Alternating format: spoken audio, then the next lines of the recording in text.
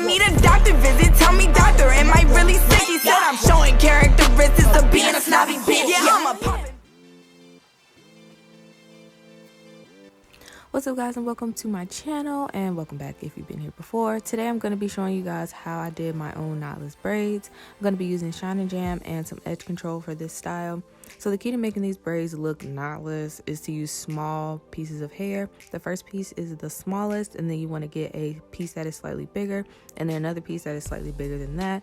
But all of these are very thin pieces. Like, none of these pieces are large chunks of hair. Only used about three packs of braiding hair for this entire style to do my whole head, and I have pretty thick hair, so yeah.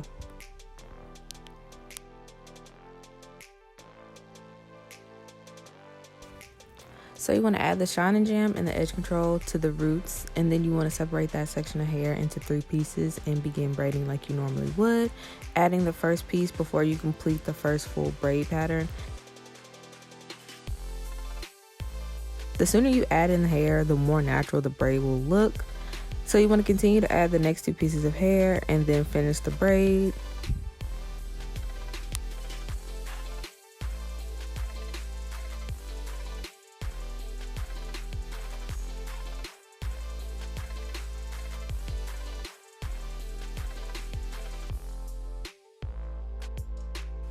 So while I'm braiding, I'm taking a small amount of shine and jam and I'm adding that to the ends of my hair just so I can tuck my hair better and so that my real hair doesn't frizz up and come out of the braiding hair.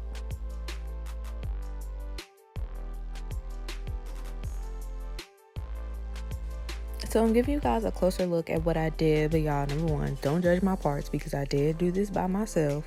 But depending on how you braid, the front will be harder because you'll have to change your hand placement. My front braids aren't the best compared to the braids that I did in the back of my head because that's just how I braid.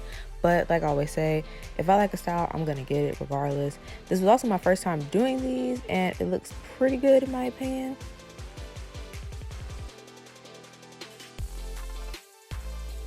So this is the hairstyle once it's completed, and just to finish it off, I'm going to be adding some mousse or foam, whatever you call it, to the hair just to make sure everything stays in place. And I'm also going to be laying my edges. Now when I first braid my hair, my edges don't really go the way I want them to go, so they don't look that good. Ignore that part.